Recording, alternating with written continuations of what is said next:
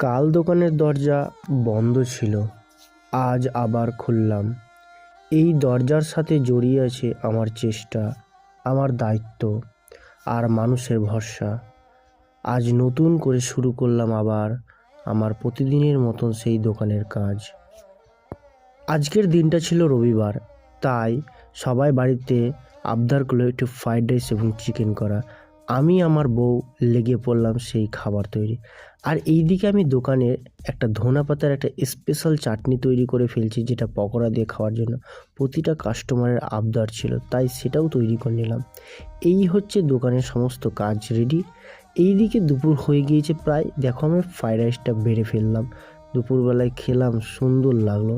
আর এইদিকে আমার দোকান খোলা ঠিক টাইম মতন আজকে হয়ে গিয়েছে। কিছু জিনিস ছিল যেগুলো ঘর থেকে নিয়ে যেতে হয়েছিল, তাই আমাকে বারবার করে আসতে হয়েছিল। আর ফাঁকের তলে আমি এইগুলো নিয়ে যাচ্ছি, আর বউ দেখো লুকিয়ে ভিডিও করে ফেলেছে, তোমাদেরকে দেখিয়ে দিলাম। এই যে সেই নতুন কড়াই, যেই কড়াইটা কিনতে আমি জঙ্গিপুর গেছিলাম, এটাকে চাইনিজ কড়াই বলে। এটা হচ্ছে যে কোনো চাইনিজ আইটেম বা তড়কা করার জন্য বেস্ট কড়াই। এটার কাজ আজকে তোমাদেরকে দেখাবো যে এটা দিয়ে কি করলাম। সবার প্রথমে এই কড়াইটা দিয়ে আজকে যেটা করলাম সেটা হচ্ছে ঘুগনি। কি মন হলো, নতুন একটা আইটেম তো, দেখাই যাক কেমন লাগে।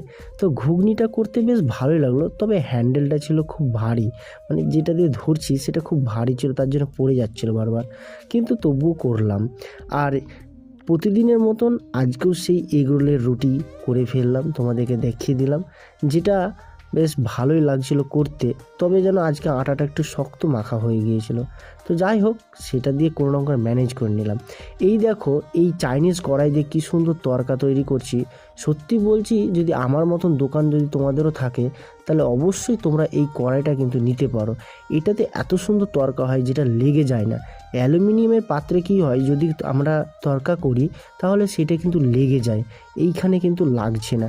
হয়তো তোমাদেরকে ভিডিওতে একটু আবছা লাগছে, অ্যাকচুয়ালি ক্যামেরার পিছন দিকে কিছু লেগেছিল, যেটা হয়তো আমি বুঝতে পারিনি। এইটা আমার একটা ভাইপো করে দিচ্ছিল, যে আমার দোকানের সহযোগী, আমার সঙ্গে আমাকে সাহায্য করে থাকে। ফাঁকের তলে ও কিন্তু এই ভিডিওটা করেছে।